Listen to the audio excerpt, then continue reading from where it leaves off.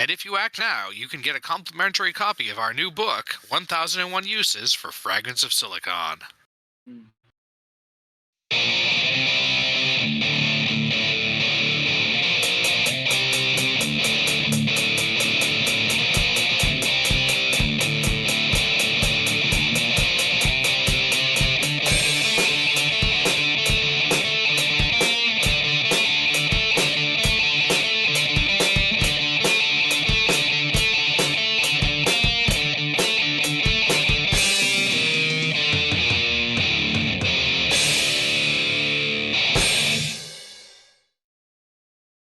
All right, welcome to another installment of Fragments of Silicon.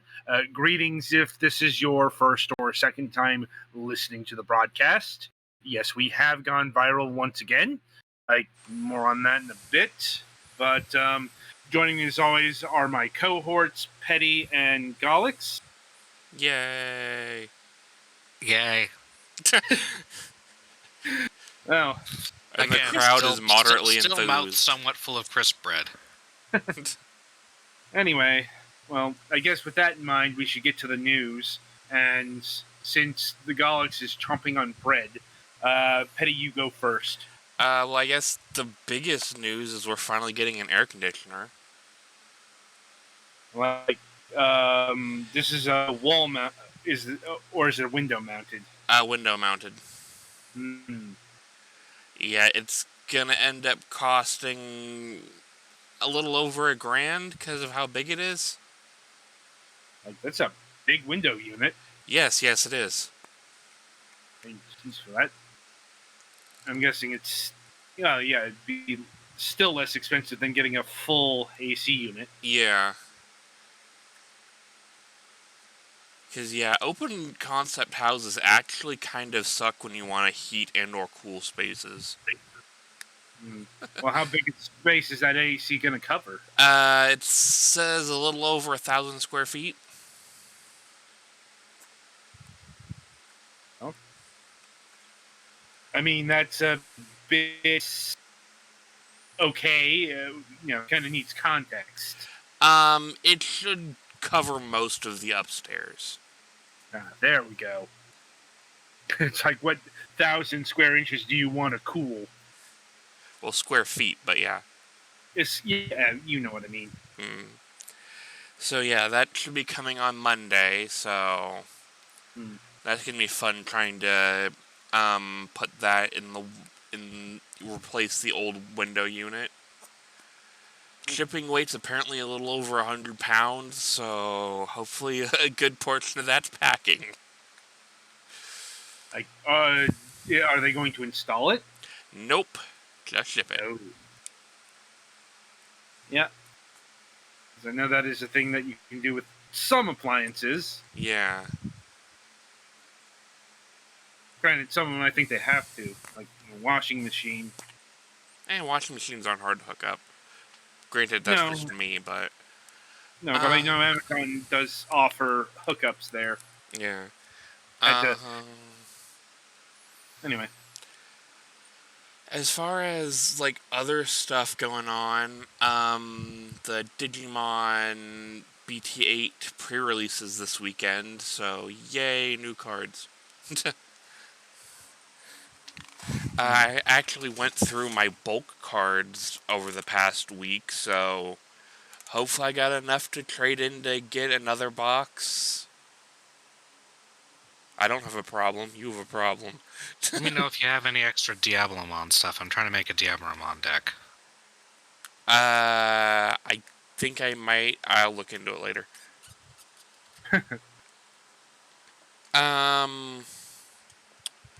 And yeah, just been kind of... Oh yeah, we took Luna to the vet yesterday. She's doing good. They want to see her back in 6 months. So, yay. And I think that's it from me. Right. Galix, you're up.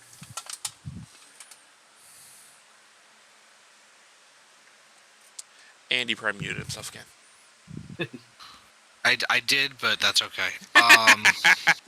I also took a second to start because I was gathering my thoughts. Nothing too much here. The office air conditioner was broken for 2 days, so we couldn't use it, which was not fun because we have an office that gets hotter than it's supposed to. But that got fixed today, so that was good.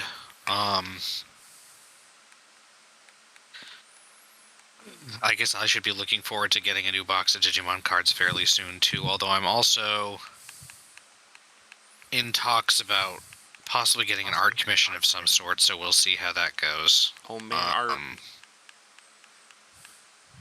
Let's see, I'm at the last, well, it's a double stage, but the last, main game stage of Super Robot Wars 30, which is good. There's still a lot to do because there's post-game stuff and there's, side,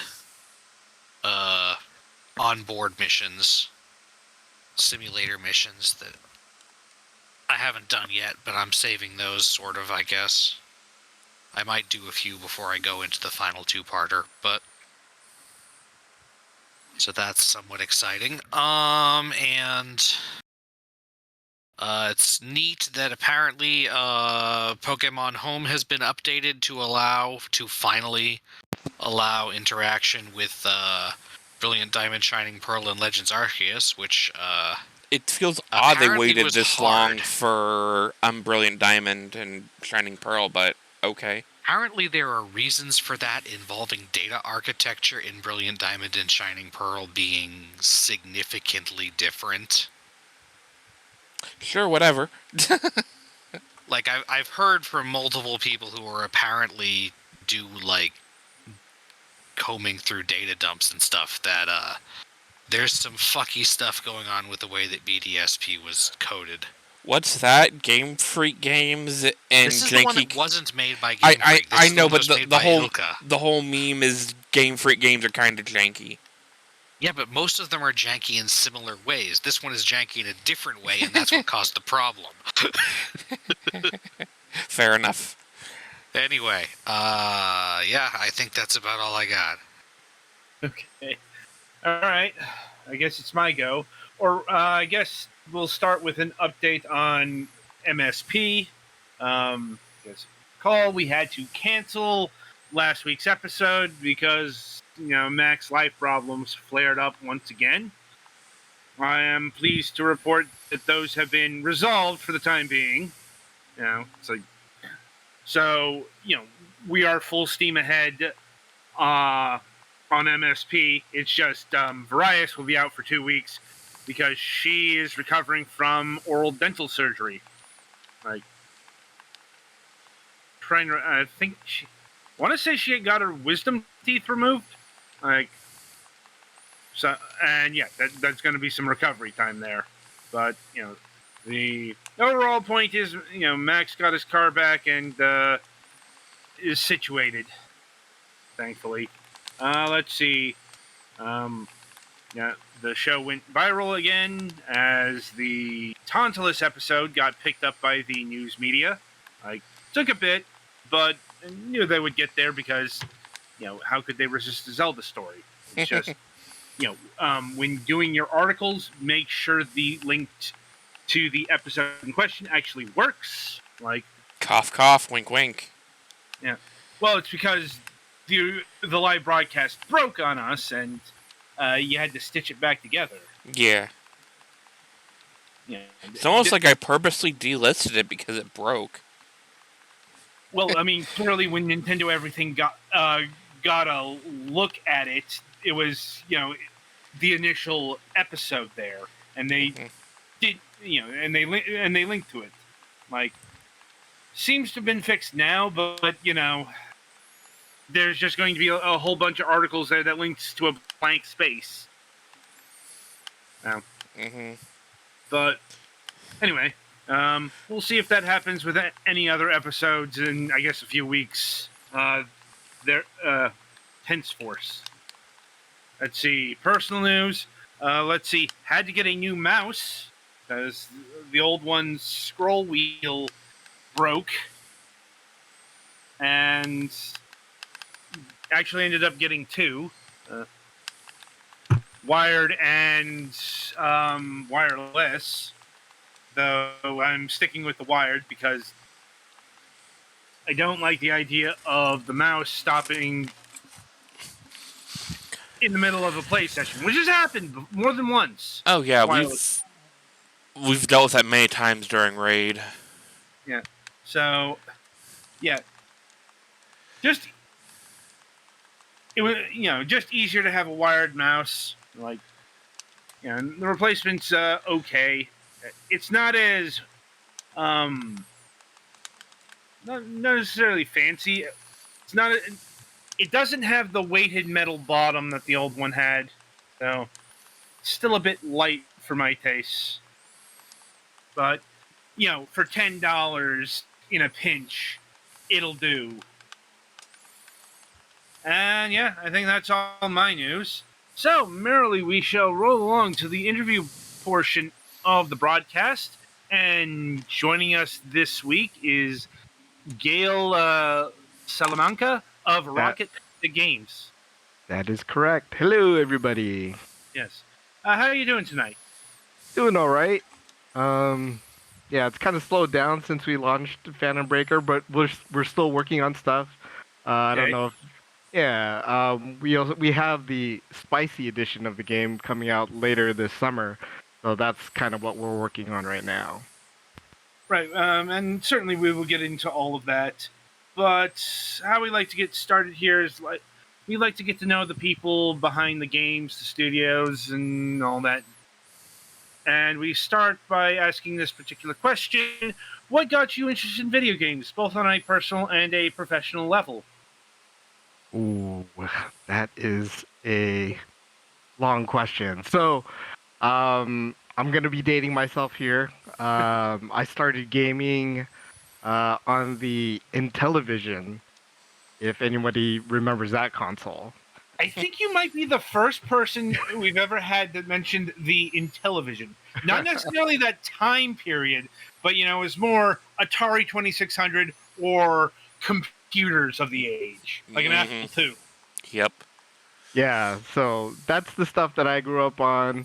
Eventually, obviously, transitioned into the NES, onto Super Nintendo and Genesis and everything in between, right? Mm-hmm. And then just randomly, as far as how I got into the industry, I started at Virgin Interactive as a QA analyst. Oh So man. I was working on stuff like Red Alert, if you remember that, Command and Conquer. Right? What are some of the other stuff that I worked on there? Uh, Toonstruck, like that era, pretty yeah, much. sounds like mid 90s. Like a little post, say Disney platformers, but before the EA takeover. That is correct. Yeah, so I worked on the 7-Up game as well while I was there. Yeah, just a bunch of other janky titles that I can't even remember off the top of my head. I mean, Um, that but would be then, perspective. yeah, and then eventually moved on to Atlas. So if you're familiar with the Persona games, and I jumped on there, right, it was late 90s. Oh, So, so we're yeah, talking like Revelations Persona era. exactly. So the first game that I worked on there was Tactics Ogre. Mm. So, Together. yeah. So Persona Revelations I came in right after that game like launched. And then yeah, started working on there, and then I was there for about 10 years. And where did I go from there? I went to Axis Games. So if you guys are familiar with those folks over there, Name sounds familiar. What did they yeah. do? So they've done a bunch of Otome games. They were doing some of the Arc System Works fighting games like early on. Uh-huh. So I was able to work on stuff like Blaze Blue, Calamity Trigger while I was there. There we Um, go. yeah. Um, and then left there. Finally did moved on from there. Partnered up the co-founder of Rocket Panda Games. We both co-founded SC Media, which is our, I guess, localization marketing agency. Uh-huh. And so we have a lot of like video game clients, a lot of entertainment clients, things like that. Uh, and then eventually, here we are to Rocket Panda Games. Probably since when I first started, it's like 30 some odd years later. You know, started up Rocket Panda Games, and here we are. See, So that's certainly a storied career, if nothing else. yes, Like, so I'm an old timer in the game industry. So it, I don't think there's any doubt about that. Yeah, is it? And I suppose the first question that comes to mind with Rocket Panda Games is, what made you want to start this up? What does Rocket Panda Games do exactly? so just to rewind just a little bit. So like previous to Rocket Panda Games, like I said, we still have SC Media, so we still have our own marketing agency, and we saw a lot of the titles and things that we worked on throughout the years, and we're like, we could do this. We could publish games, right? Easier said than done. Like once you're in it, you're like, oh wow, okay. Definitely much more difficult than what we were able to see from just like an agency standpoint. Even though that I've worked on games, like I've probably helped publish, um, well over 100 games, for sure. But Right. eventually, so we kind of like used all this knowledge that we've had. So between me and Mike McNamara, the co-founder of Rocket Panda Games, we're just using our collective knowledge over the years to create, Rocket Panda Games. And, I think part of, some of our philosophies in terms of like how we want to separate ourselves from other publishers is, we want our games to be experienced by as many people as possible. So that means, putting it into, multiple languages, doing voiceovers, English voiceovers, um, having it having our games put out on every platform that's possible. So originally, Phantom Breaker didn't come out. It it stayed in Japan. Um, and so what we wanted to do with Phantom Breaker was, bring it to all the platforms, give it, uh, multi-language support, and just be able to, for people, no matter where they are in the world or no matter what platform they play on, like, um, we want them to be able to play it. Uh, and that's kind of like one of our core philosophies in terms of, you know, uh, what games we put out there, and how we want to uh, put them out, for people to experience. Certainly understand that ethos. And what attracted you to the Phantom Breaker franchise? So we actually have a pretty long history with Phantom Breaker in general.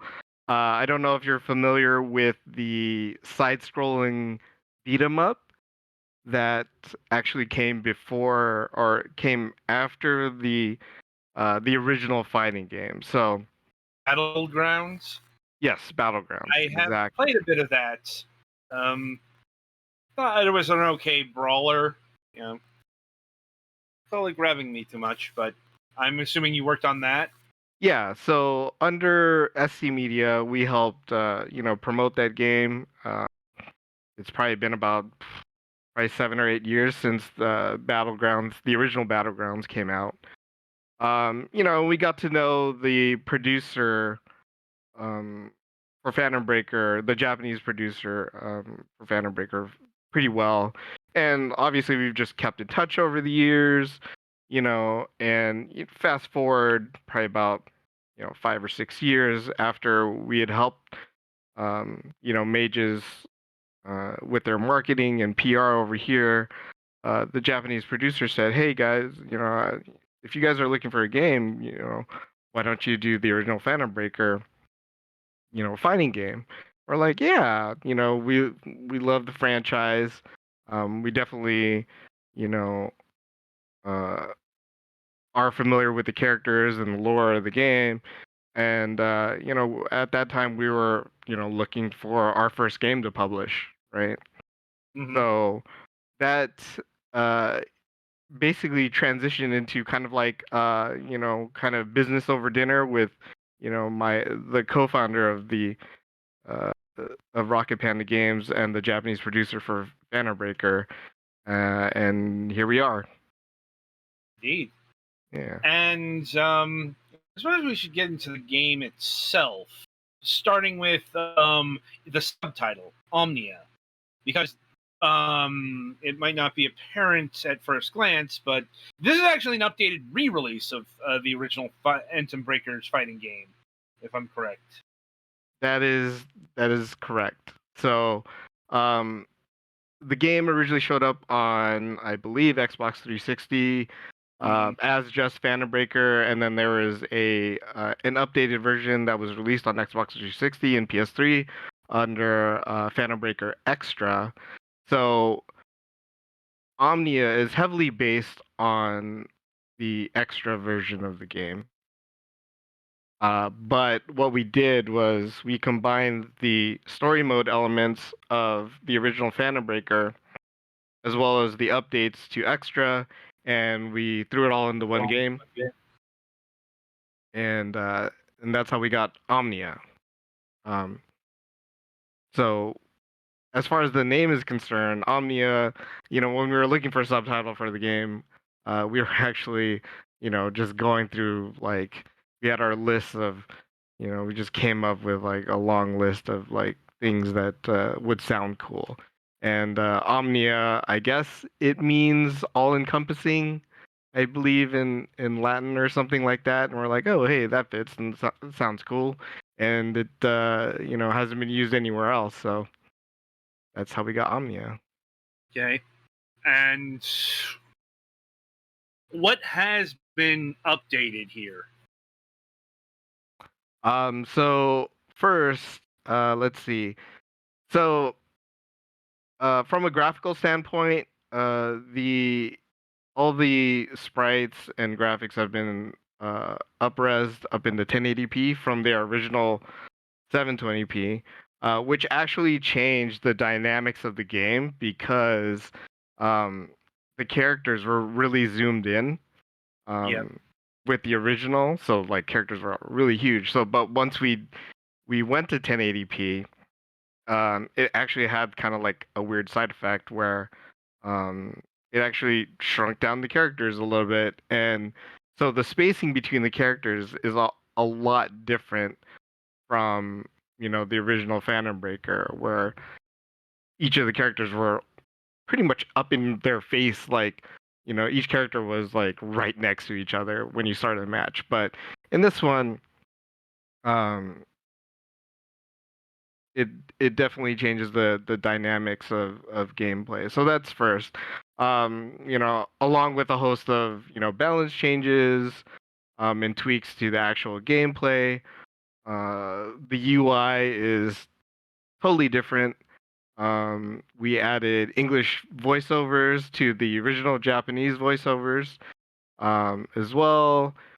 Translated the game into, I believe, 7 languages, I believe, if I'm not mistaken. Um, there's a new opening sequence as well. And we did add 2 new characters to the game as well. we'll get into that in a bit. But first, I want to address the upres because knowing how fighting game fans work, I can imagine that the response to such a shift in gameplay dynamics could have been explosive. But I'm not sure if was there any blowback to the upres. No, because I think it's mainly because not very many people played the original Phantom Breaker or Phantom Breaker Extra, since it was both of those games were kind of stuck in Japan.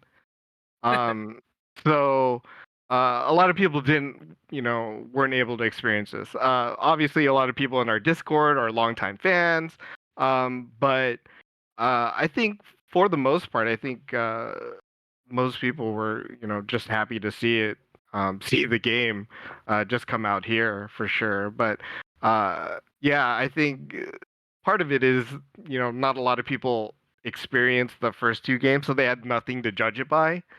Um, so we were kind of, for us, this felt like kind of like, a fresh start for the Phantom Breaker series, in terms of like kind of separating it from, the two older titles.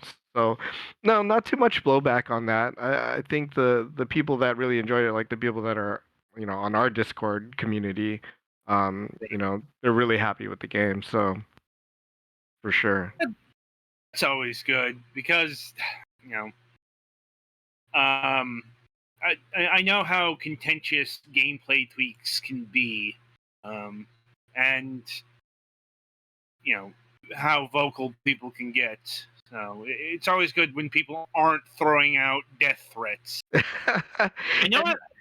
And we're very familiar with the the FGC in general. Like we've worked with them, and we know how rowdy they can be sometimes. But I think in this case, um, since it was kind of like a refresh of an older game that not very many people played, we didn't run into that issue. I can see if it was like a long running series and we just like changed, the mechanics or whatever, for each of the characters, I feel like that's when we could have run into problems.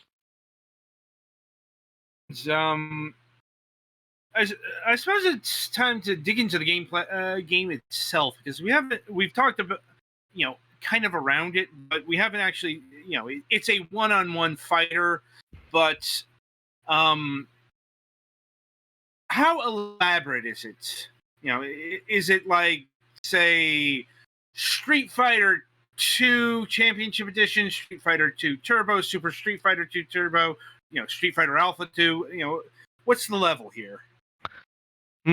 As far as I think most people would describe it as kind of, easy to learn, but difficult to master. So, um, in Phantom Breaker Omnia's case, I don't know if you're familiar with, the Power Rangers game and how specials are used in that game or how they're activated. So in this game, in Phantom Breaker Omnia, um, there are no command inputs. So it's the way you pull off like special attacks is essentially just the special button and a directional, like either left, down, or right, and those will activate the character specials. So in that respect, I think it makes it a little bit easier to get into than your typical fighting game or 2D fighting game where you're relying on command inputs like, quarter circle forward or, Shoryuken motion, that sort of stuff. So I think Phantom Breaker Omni is a little bit easier to get into than your average 2D fighting game, for sure. Not to say that there isn't depth because there is. Right. If you've seen some of the higher level combos, you're like, I don't even know how to do some of that stuff. And a lot of the Japanese players that that come around in our Discord and some of the match play are like, I didn't even know that was even possible. So there's a lot of depth to the game for sure. But in terms of like getting into it, I think um, there's a lore barrier for entry for sure. Yeah. If it reminds me of any Capcom fighter, it sounds like Capcom versus SNK 2 EO on the GameCube. That was the one where you could do special moves with just like a button and a direction. Yes. And I remember that not being super popular because, well, fighting games, especially like Capcom fighting games, are renowned for their elaborate combos. I'm like, so with that in mind, where does the depth come from in terms of utilizing specials?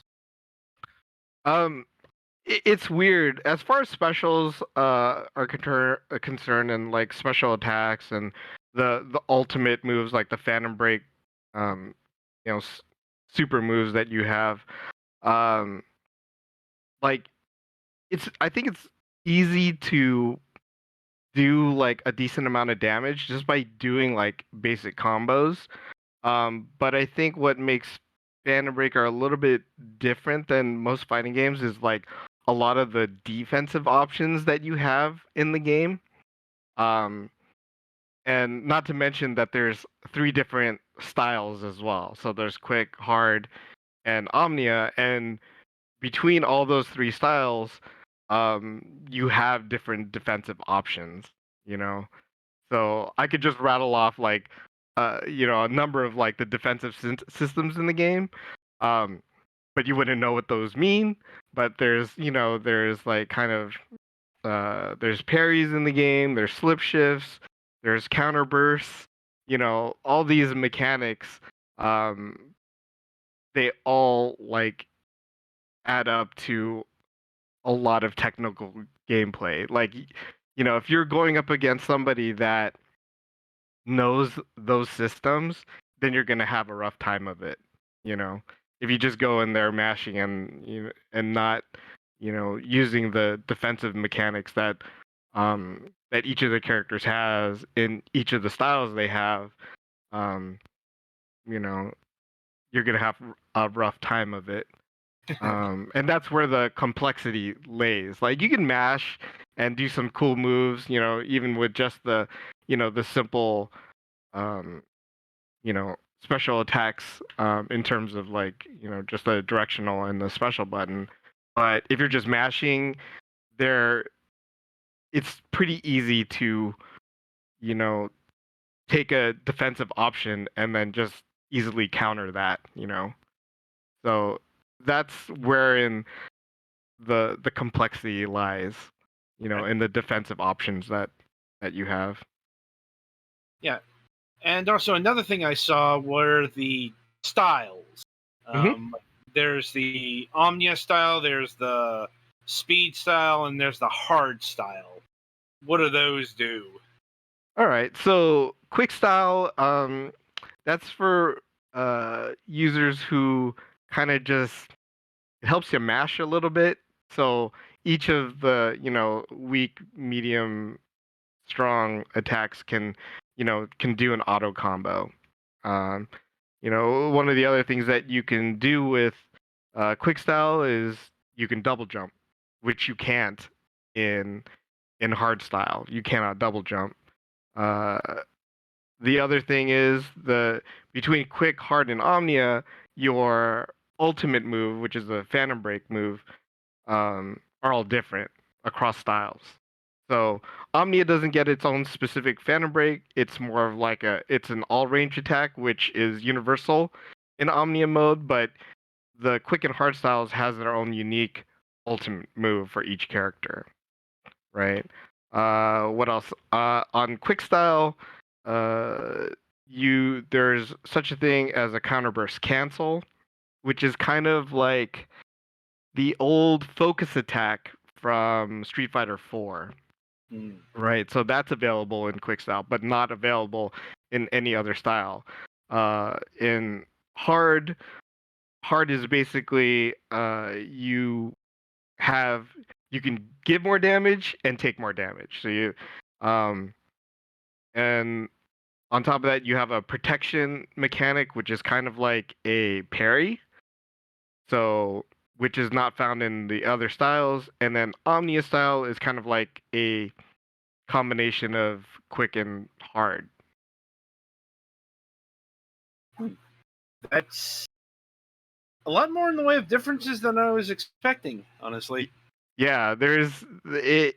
It changes the way you play certain characters for sure. Like depending on what styles you have. You know, there's like a list. I've only like touched on some of the the mechanics that are exclusive to each of the you know each of the styles. But like I said, yeah, it does change like how a character will play.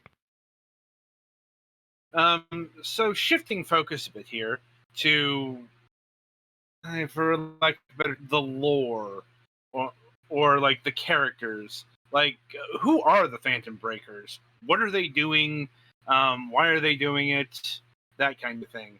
Okay, this is a little bit easier to answer. So, there's this old guy named Phantom, and he basically he's trying to get his full power back. So back in the day, he lost all of his powers because the good guys sealed it away, but uh, he's basically trying to come back.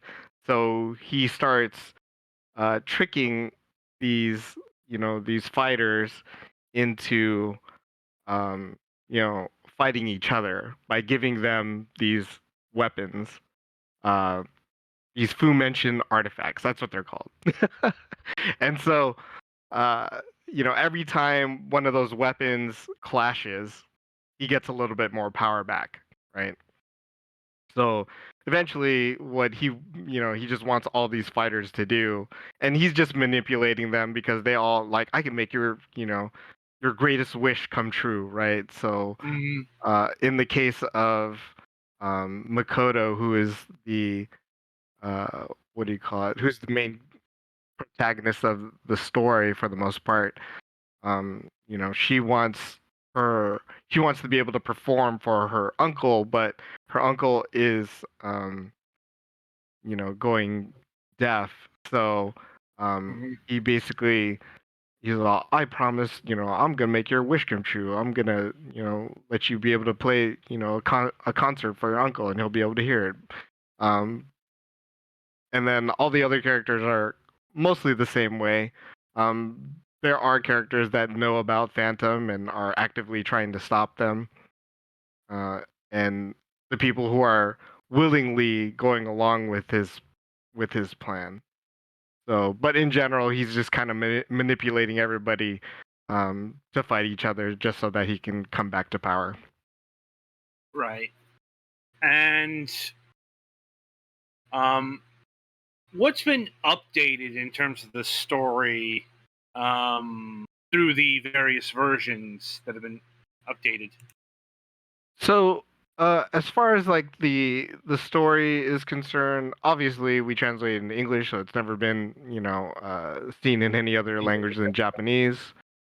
Um, but for all intents and purposes, the story is the same. Like I said before, it's Omnia is a combination of the original Phantom Breaker game, and then extra, which added four more characters to the story, and um, now you can play them all, like all their story bits, um, in this one game. Okay. And how does this game, or how does Battlegrounds connect to Omnia here? Right. So in one of the storylines, so like as you play through the story mode of the game, um, each of the characters has their own like different ending, and there's actually multiple endings for some of it. But in one of the endings, Waka's sister Nagi gets kidnapped by Phantom, and essentially that's exactly where uh, Battlegrounds picks up, is in that ending where he kidnaps Waka's sister, and then you're dumped right into that situation as you start Phantom Breaker Battlegrounds. Okay. And let me see here. So there's a couple of guest characters in Omnia here. Kuritsu from Steins Gate, who we saw a bit ago in the gameplay footage. And I'm trying to remember who from Remy from Chaos Head. And how does their role, are they just presented as guest characters? That's exactly correct. Like they don't have their own story mode in this game, but considering that there's kind of like Phantom Breaker has its own kind of like multiverse going on. So right now I see the Makoto fighting the white Makoto, right, or Shiro Makoto. Right. So Shiro Makoto is actually from a parallel dimension or parallel world, um, where she's basically out to kill regular Makoto here. And so yeah, like as far as uh that is concerned, oh man, I totally lost my train of thought. Where was I going with this? So I couldn't say. yeah, so like I was saying, like there's a multiverse aspect to Phantom Breaker, um, and then yeah, what was the question? I don't even remember. It was so long ago. About guest characters. Yes. Oh, that's right. Okay, so yeah, so the multiverse theory, right? Um, so it's kind of easy to bring other characters from different universes, and in this case, Kurisu and Remy are just part of those, those parallel universes that just happen to get sucked into the Phantom Breaker universe. So you're saying it makes more sense than Darth Vader and Soul Calibur? Yes, there's a reason. There's actually a reason we can, pull from why those characters have shown up in this game. So let's see here. You mentioned at the start that you are working on an extra spicy edition. What is so spicy about this forthcoming, updates? Right. So in our release date trailer, which we put out in December of last year, we had our one of our buddies, Jameson Boaz, who also did the remix for uh, the music for Phantom Breaker Omnia. He actually did the announcer for that trailer. So, and it was just over the top. And I can't really explain it to you other than that he's like the Kool-Aid man, come to life in our release date trailer. So over the top, right? Right. Just to announce our release date. And we did get like a lot of like good feedback, like, hey, I want this announcer in the game, right? So we're like, can we do that? And so that's basically so we basically turned him into the announcer for the game, the actual in-game announcer. So right now there's the regular in-game announcer who's voiced by Lily Pichu. I don't know if you're familiar with her, but she does the all the in-game like cool, awesome, like when you do a combo and does a lot of the things that are happening on screen. But with the spicy update, it is that announcer that we had in our release date trailer doing all the color commentary throughout the matches and through all the menus, and it is just crazy over the top. So if you want to know what I'm talking about, you have to watch the release date trailer. No, I get the gist of what you're saying. Yeah. He's a very exuberant announcer, probably on par with, say, the Wave Race 64 announcer. Like, yeah. And when do you anticipate this update being released? So this update will be out by late summer.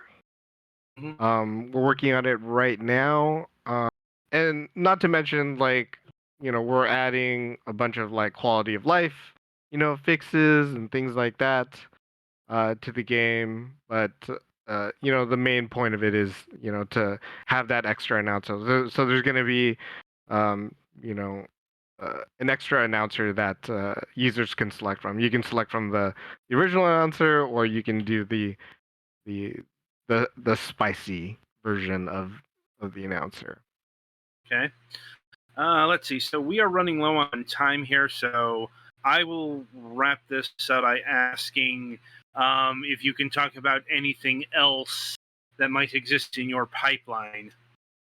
So right now we're kind of focused on Phantom Breaker Omnia, but the thing is, I would say, without giving too much away, that we definitely want to explore more of the world of Phantom Breaker, and I'll leave it at that. Okay. And I guess my final question will be, are you looking to bring Phantom Breaker Omnia to even more platforms? Like, I think I saw that this is out for like the Xbox One and the PlayStation 4. I mean, are they compatible with the latest consoles? Yes, so you can play those. It is compatible with Xbox Series S, X, PlayStation 5. It's also out on, Nintendo Switch and Steam as well. So I think we have most of the consoles covered. And if new consoles come out, we'll definitely take a look. To see if people want it on the next generation of consoles. But right now, nobody can even buy the current gen console, so Right. I think we might be a little bit ways from that. I'd say the next bold frontier would be mobile. Like, That feels painful just saying that. Ugh. I'm not saying it would be a smooth transition. I'm just, I think as far as major platforms, outside of that, it's like GOG and I guess Epic Game Store in terms of computer spaces.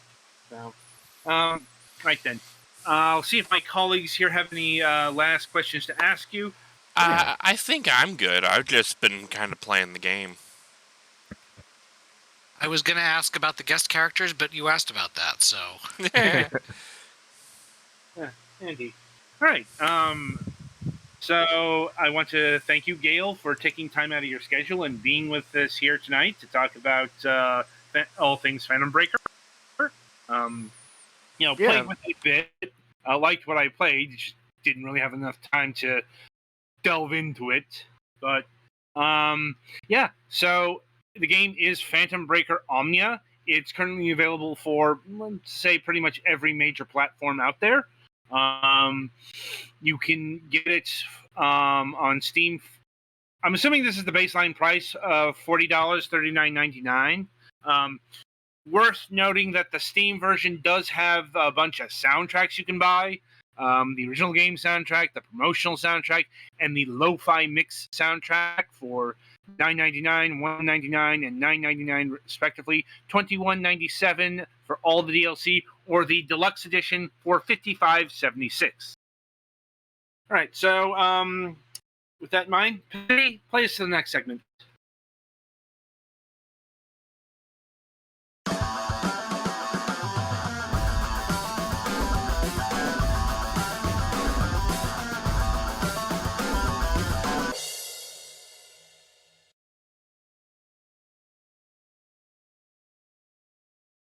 Welcome to the topic of discussion. Again, for those who might be new to the broadcast, this is where we talk about something video game related that isn't related to the guest or anything of that. This week, we are talking about Yu-Gi-Oh! Master Duel for a couple of reasons. First of which is because this game is mega successful and popular. Who would have thought? not the people who still complain about Konami pivoting to such games in the first place. The Konami doesn't make Castlevania, Metal Gear Solid, and all those franchises, Silent Hill. They did this because there was a lot more money to be had in mobile games than that, and other such pathways, let's say. And they just released their latest financial statement, and basically off of the back of Master Duel here, they've had their most profitable quarter ever. But in order to talk about this, need people who know the game. And turning it over to Petty and Galax, because I have never played a Yu-Gi-Oh game in my life. So have at it. I am well acquainted. Galax, have you played any of Master Duel, or is it just something you know about? I'm just vaguely aware of it. I've never actually played any Yu-Gi-Oh, but it was a little bit after my getting into New Kids Shonen stuff period. Fair enough. So yeah, Master Duel is probably the closest we're going to get to an official Yu-Gi-Oh simulator. Like, we've had some before, but... Well, I was going to say, a lot of... most successful TCGs usually want to try to have some kind of way to play the game online, but there are always challenges with that, excuse me. It's almost like Yu-Gi-Oh hasn't done this in, like, its 20 years of existing. Well, I mean, Pokemon has one. It has the second one now, I think, that apparently works okay. Yeah. There's something for Magic, but otherwise, they haven't had a whole ton of success with most of the other ones, I think. I guess Hearthstone is an original card game that actually uses being digital. And this is not the first... There was a previous digital card game for Yu-Gi-Oh, but it had various in-universe duel Well, links. it still exists. It's just... It's not just the card game, because you have, like, a character that you're playing as, and that character has certain powers that alter the game. Whereas this one is just the game. Although I think it still has a slightly...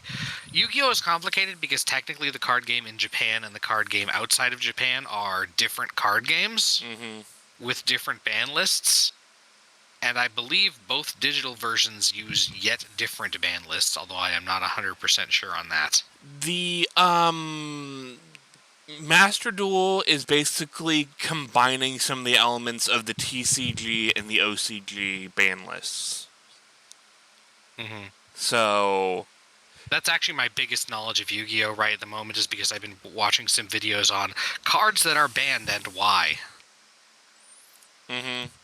Like, they just unbanned Change of Heart, because, whoo boy. Did it just get power crept?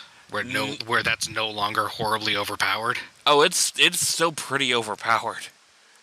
In fact, it might actually be more overpowered than when it was banned in 17 years ago.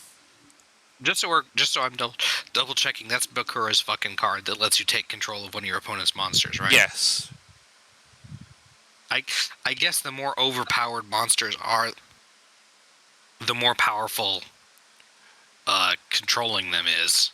Well, it's like with Change of Heart, you can just take it for free and then use it for a link summoning or basically anything. It gets absolutely insane what you can do with somebody else's monster now. And link summoning is the latest method way to make it's the latest gimmick summon method, but it's also the latest way to, like, for a while the battlefield didn't change, but then in what the fuck was it, Arc V, they added the pendulum thing and gave extra parts for that. Yeah, and then they took those away because they realized that it was broken as hell. Yeah, and then for Link, they got rid of those and made them be, your two outermost... If you want to use Pendulum Summoning, you have to use 2 of your spell card slots for it, I think. And added these 2 things in the middle, which is used for Link Summoning, which initially you could like only summon extra deck things into those zones or ones that link monsters point to or something. Yes, that was, I believe, Master Rule 3.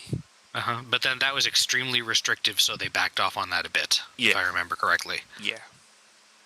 Anyway, so yeah, they it's interesting that they'll go that far to change the rules for just, the new gimmick for the new thing they want to do or whatever, but it'll be interesting to see how long it stays or if it changes. But anyway, what I meant to say before we got into the rule things is that I think the biggest challenge with doing a TCG online is that people who play the TCG online are likely to also be people who are playing the TCG in real life.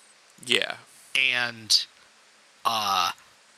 humanity has yet to develop a satisfying and cheating-proof way of using your own cards that you have in real life in the online game.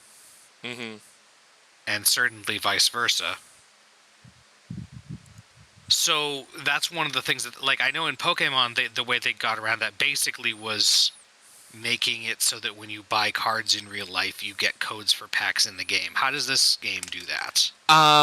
You can basically get, the more you play, the more of the premium currency you can get. It's a lot like the regular, freemium model. And then you can also put money into it if you want. Currently, so you can get packs for free every once in a while as you play more, or you can just pay money to buy them.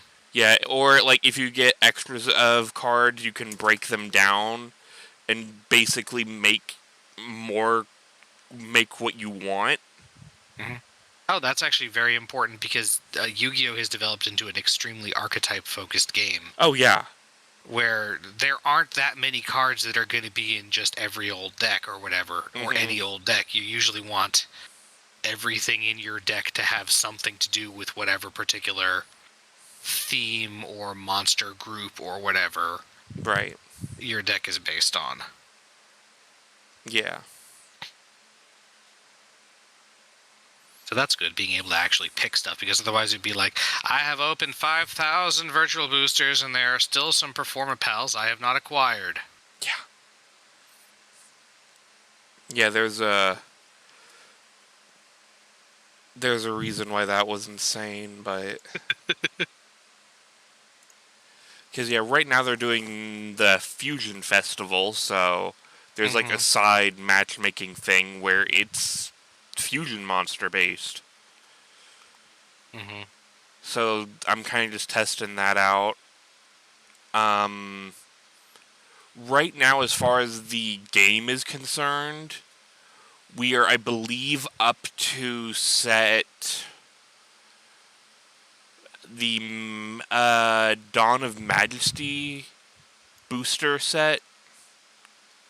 So we're still a little ways off from... But you're up past most of the anime series and stuff. Yeah.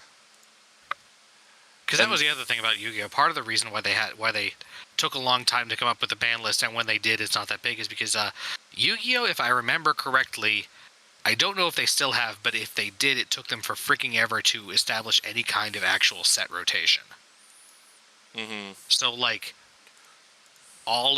you might not want to play a lot of the early game cards as much because some of them have been horribly power crept. But on the other hand, sometimes they'll make a new card that supports an archetype that last got new cards like a decade ago. And like my preferred archetype Agents just got a new set this summer. Which is certainly results in some interesting things. Honestly, my biggest issue with Yu-Gi-Oh! As a game... Okay, it's not my biggest issue. But my most obvious quibble with it is the fact that because there's no room on most cards anyway...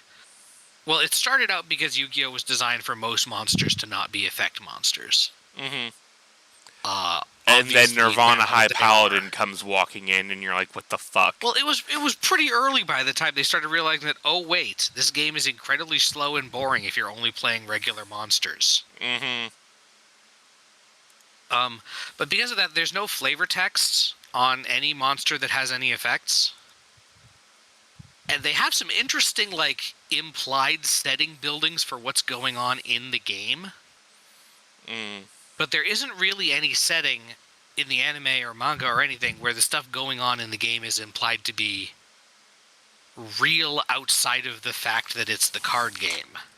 Yeah, something like that. Like, the cards themselves have spirits because they've been exposed to cosmic rays or whatever the fuck. But, or because they're ancient Egyptian shit that got reincarnated, but, like, there's the only reason why there's a card for a car that has eyes and its wheels come off on, like, pipe cleaners and form like hands and legs is because someone thought that would be a cool card. Yeah. And I think it would improve the game if there was more, like, in-game lore. It's that and the fact that there actually is some in-game lore now. There's a single-player mode that can kind of like go through the lore of various archetypes. Oh, that's neat. Yeah. That actually helps with that. Mm-hmm. The other things are that it is a resourceless game. For the most part, yeah. So they have, like, there's no resource. Yeah. There's no global resource. So limitations have to be based on action economy, basically. Mm-hmm. And therefore, anything that gets around that is tricky. Mm-hmm. And the whole thing of, you know, if you don't have any negates on your board, you're basically watching your opponent play solitaire until they feel like they're done or they run out of moves they can do. Yeah, it's not very reactive. And the lack of keywords, except for, I think, graveyard is now a keyword, which is why they spell it GY. Something like that. And there might be, like, one or two others that compounds the complication of card text. That, and I think actually one of the things that I forget which one we are, but the English one actually removes, like, bullet points and numbers for effects and stuff. For the TCG, sometimes it's really weird. All I know is that in the Japanese, some of the cards actually have numbered or bulleted points for their effects when they're complicated, and they generally don't in the English ones, which, I don't know. Although, at least, this card game, this digital game, does solve that somewhat by putting all of the text of the card in a little sidebar thing that you can scroll instead of it having to be in... size 0.23 font. I was going to say 0.5 point font. And, like, you have your deck editor. It's... Honestly, it feels like they just lifted it out of...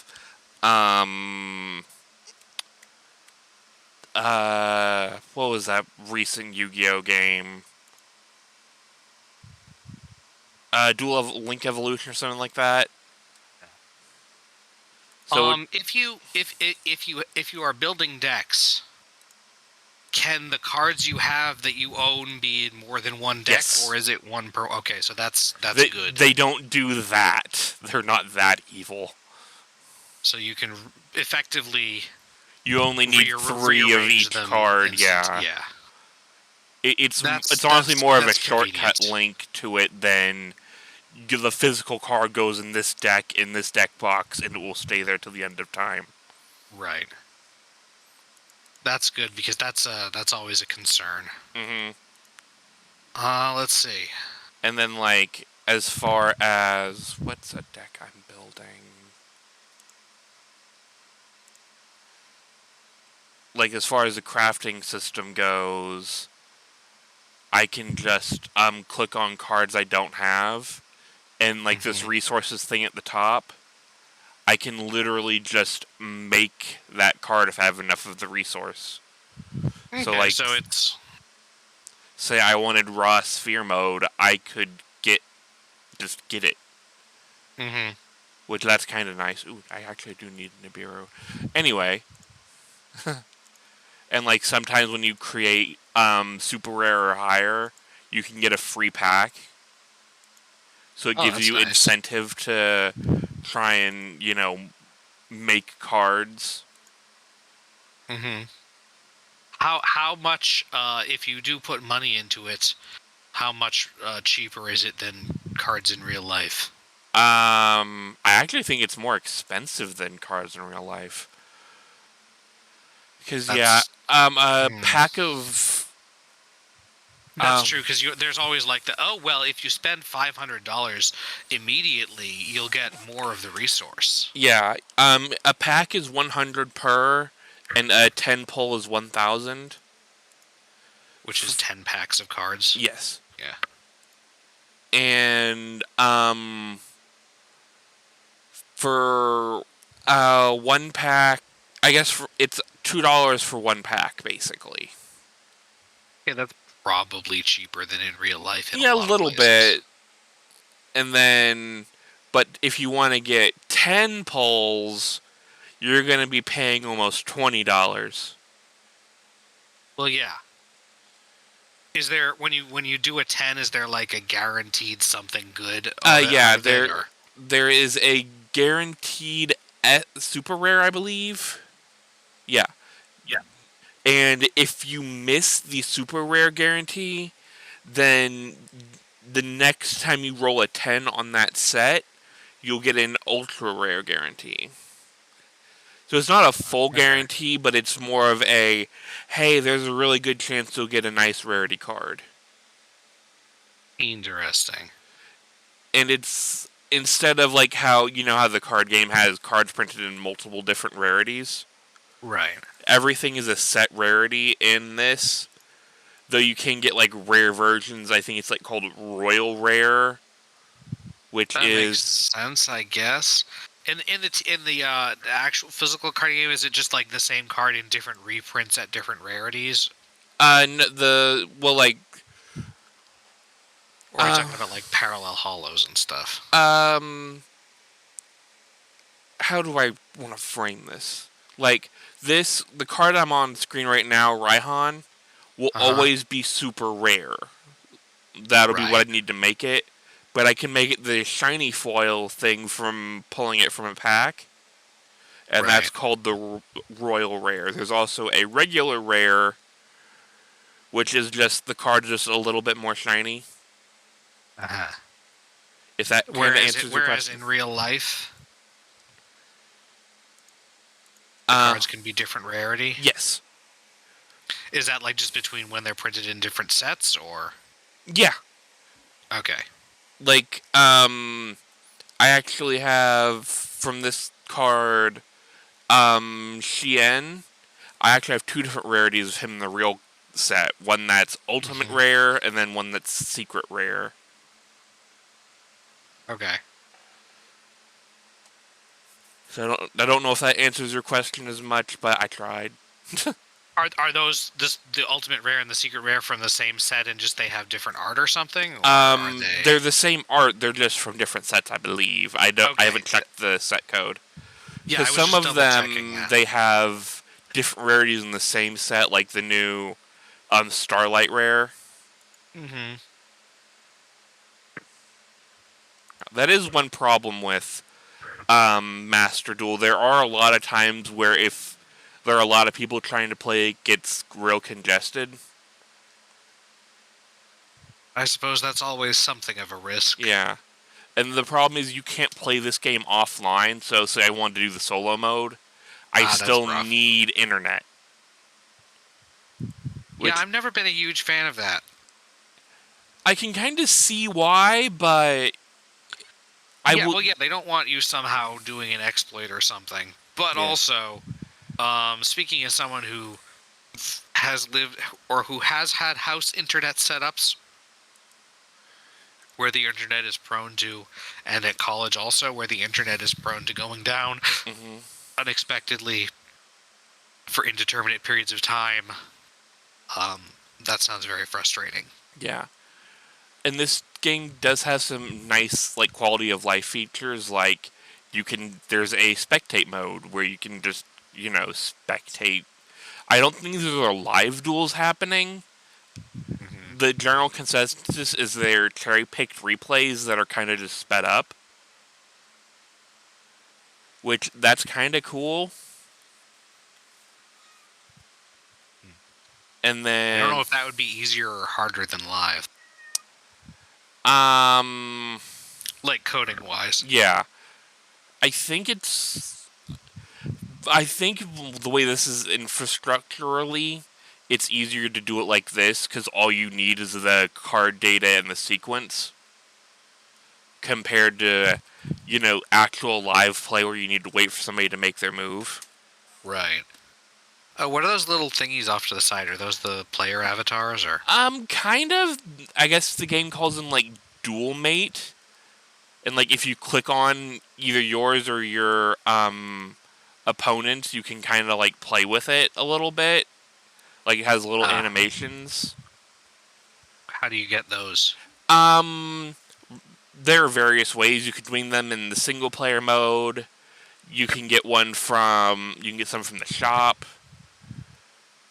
There is also events that you can get stuff like these from. And there is, I believe they call it the Dual Pass, which is kind of like this game's version of a Battle Pass.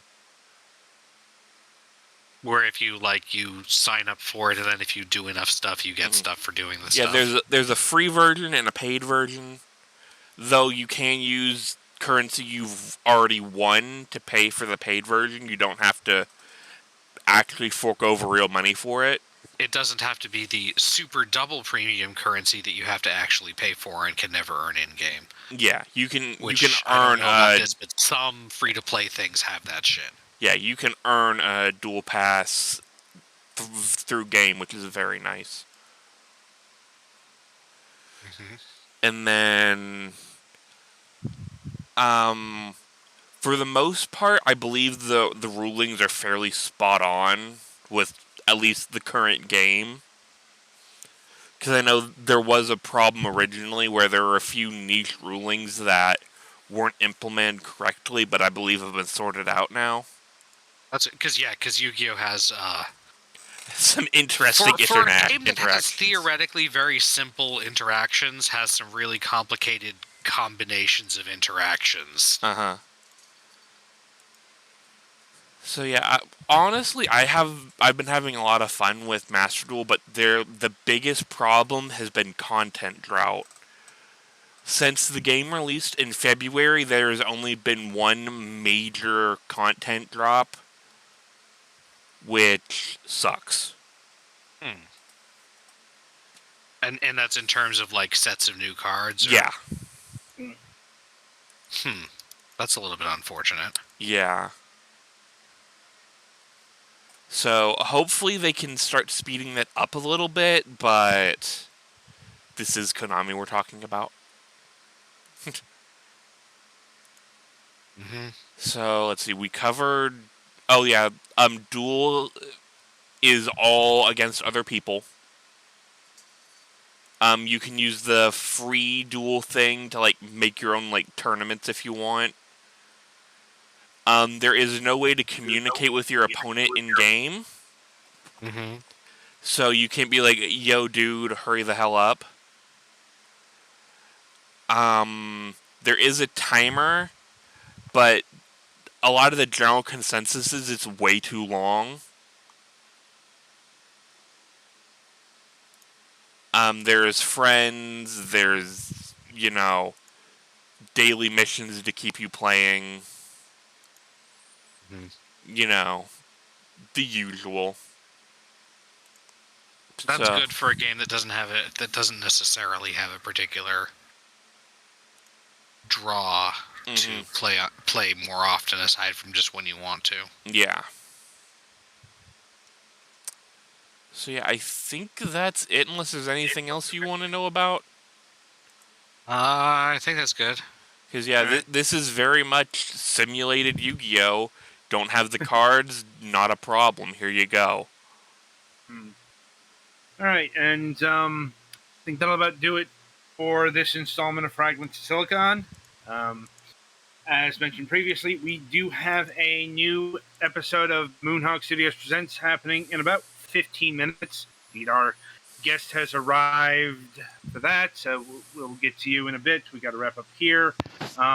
Week ahead. Let's see. Friday's show has been delayed to mid-January. We mutually agreed that that period of time would be better to talk about things and stuff, let's say. Plus, the one of the people was having issues with that particular date, so off it goes into July. And let's see, on the Sunday reviews, we will be having reviews of Broken Sword 4, The Angel of Death, Never Alone, Nintendo Switch version, Spelunk King, The Mind Match, also for the Nintendo Switch, and Hats Are Not Allowed, the paid Steam version. Right, so with that in mind, be sure to tune in about 15 or so minutes for a new MSP episode. Until then, I shall wish you good gaming.